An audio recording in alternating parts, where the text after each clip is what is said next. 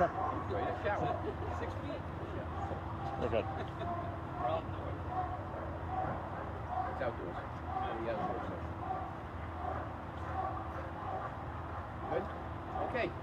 Well, good morning. I want to thank everybody who is here for joining us today. Allow me to introduce the folks who are standing alongside me this morning. We have our Director of Facilities Management, Bob Gruffi, who has overseen and executed the capital project for this new facility. County Legislature Majority Leader Jay Hood, who has helped move this through the legislative process. He's been a staunch advocate for a new shelter for a number of years since Jay and I served the legislature together. And we have the High Tour Board President, Debbie DiBernardo. And today is a great day. It really is, for animal lovers and the county in general and for all. It brings me great pleasure and immense pride to be here because we're now moving one step closer to the completion of the new Rockland County Animal Shelter. What was once nothing but a dream, well, no pun intended, will now become a concrete reality. Yesterday, the County of Rockland published an RFP, or request for bid, and this is a significant part of the process, for the bid for the construction of the new animal shelter. The bidding period is open for 6 weeks, at which point we will review, evaluate, and we will award the bid. The contract will then go to the legislature's review process before being executed and signed. We are expecting to begin full-fledged construction sometime between April 15th and May 1st. This is part of a process that government demands that we go through in order to get things done. This is an incredible accomplishment, and it's been achieved despite a lack of funding due to our previously poor fiscal health and also the issues that were related to the COVID pandemic, which set everything back a good year and change. However, we are moving forward. I know people have a hard time actually conceptualizing that because of all the efforts in the past that have all fallen flat. But we are moving forward, and today we ceremonially break ground on this project, and we'll do that in a few minutes. But first, I think what's important for everyone, especially the animal lovers who followed this for so long, I want to share with you some of the details of the new facility, both in general and some specifics, which I'm sure you'll all be impressed with. And I also know it's been eagerly awaited by many. The design plan and specifications, some of which you see around us today, were prepared by Rauhaus, Friedenfeld, and Associates, architects. Thank you to Richard Labrizzi for being here today and represent Rauhaus Friedenfeld. The design calls for a new state-of-the-art 14,000 square foot shelter to replace the current 4,000 square foot facility. That is about 3.5 times the size of the current shelter, which is more than enough room than we could ever imagine we would need here in Rockland County. This design is based on professional needs assessment, not just some thought thrown in the air. And it was a study which determined exactly what we needed in the new facility, and they're professionally done. Now, some of the details I'm going to offer you, normally I would not get into. John, I believe, is going to be putting this out in a press release, but I think it's important that you get a good sense of what this is going to be going to entail. The idea here is design this place to provide a healthy home for animals, but also promote and facilitate pet adoptions in a warm and welcoming environment. Visitors will enter under a colorful entry portal and through a vestibule into a public waiting area that is directly adjacent to many of the shelter's services. There will be a readily available pet adoption counseling room, direct access to adoptable dogs, a visible adoptable cats housing area with a large cat playroom, a small mammals and exotic pet housing area. Again, things have changed tremendously over the years. There are incredible additions that will significantly improve the pet adoption process by giving space to families to meet and to get to know those animals before they bring them home. Located along the north and south side of the shelter are stray and surrender adoptable areas for dogs and cats, which consist of the following respectively. Stray and surrender dog wards with a total of 12 indoor and covered outdoor interconnected runs. 4 adoptable dog housing wards containing a total of 32 indoor and covered outdoor interconnected runs. A dog bonding and get acquainted cubicle for each of the adoptable dog wards. 12 300 square foot exterior play exercise yards for the dogs. 7 indoor cat playrooms for communal cats, containing wonderful cat play structures, including ramps, resting boxes, spiral stairs, and bridges that are each connected to the 7 outdoor cat play porches. 2 cat bonding and get acquainted rooms for potential adopters. A quarantine feral cat ward with 6 cat condo suites. Sounds almost as good I might move here. The new shelter will have improved space to support staff functions and include the following areas.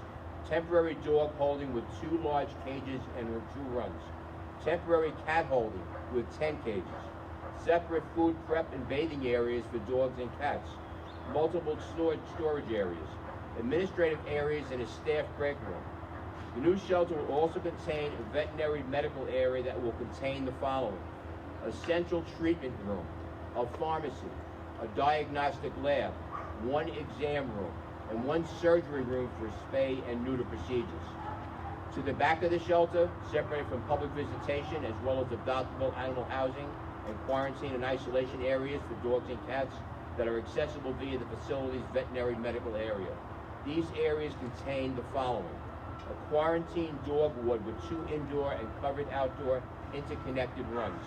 An isolation dog ward with 2 indoors and covered outdoor interconnected runs. A general isolation cat ward with 10 cat condo suites. A respiratory isolation cat ward with 10 cat condo suites. A total of $8.3 million has been budgeted for the new shelter.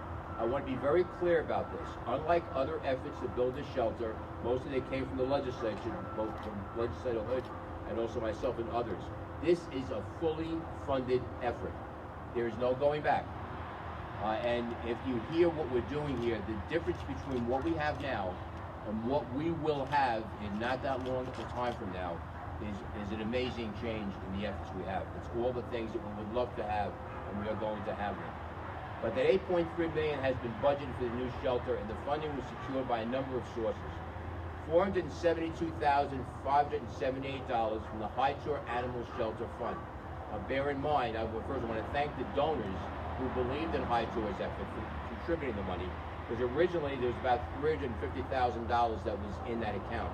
So an additional $120-some-odd-thousand was raised that's going directly into this capital project. A $500,000 grant funding from Assemblyman Ken Zabrowski. I want to publicly acknowledge Assemblyman Zabrowski for always being there for this effort. $500,000 in grant funding from the New York State Companion Animal Capital Fund. $6.9 million in Rockland Capital Project funding. And again, our fiscal condition has improved, as you all know. That enables us to invest in things that we should be investing in, as I had mentioned many, many times. Overall, this new shelter will be a tremendous asset to our community. It will provide a home for the animals that temporarily live here, the staff that cares for them, and a visitor's office who come to find and adopt a loving addition to their families. And I also want to make clear, we'll get into something else later on, but I really, first off, I want to recognize County Legislature Majority Leader Jay Hood, and so he could say a couple of words on this wonderful day. Jay?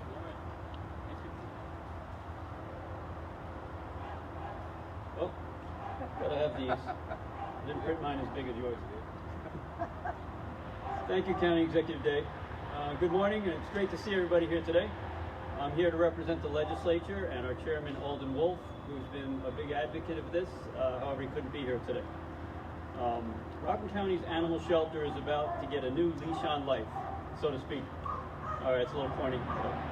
And I couldn't be happier that we're finally breaking ground on this long-needed project. The new facility will not only be far larger, but will offer modern features needed to properly care for the animals and to better facilitate adoptions so they can find forever homes, with families eager to welcome a new pet into their lives. The new shelter will also provide the proper spaces for the staff and volunteers who will care for the animals, something that has been sorely needed. I cannot thank the volunteers enough over the past few years, because I realize they have worked in less than ideal conditions for a long time, but they continue to care for the animals to this very day. Animals, like our youngest children, rely on us to care for them. Animals end up here for a variety of reasons. They could be lost, abandoned, homeless, and sometimes, sadly, they've been neglected and outright abused. Once they're in the shelter, their good care becomes our mission. I want to thank everyone who has worked diligently to get us to this point, the county executive and all his staff, and of course my colleagues on the county legislature, who all wanted to see this happen. I look forward to the dedication of the Rock County's new animal shelter in the future. Thank you.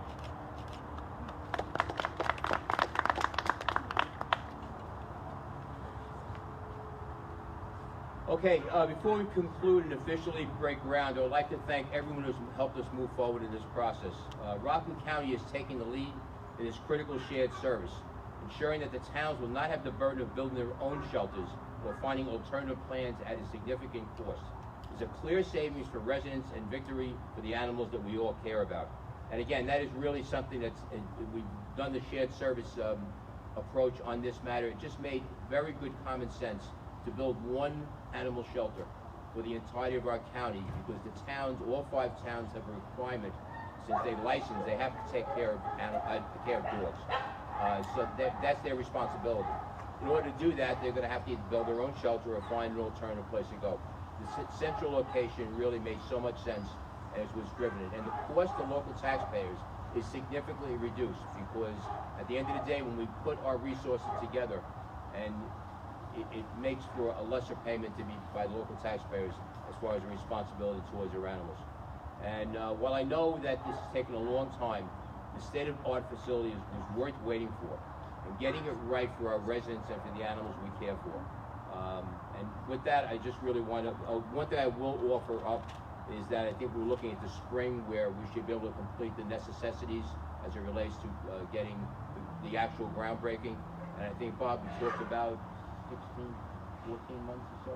About 14. Yeah, we're probably looking at around 14 months or so from the beginning of the construction to the end of construction. So hopefully we're back here in the fall of next year with a nearly or a fully complete shelter. And with that, we're going to proceed for the groundbreaking. Okay, thank you very much. The dogs are great.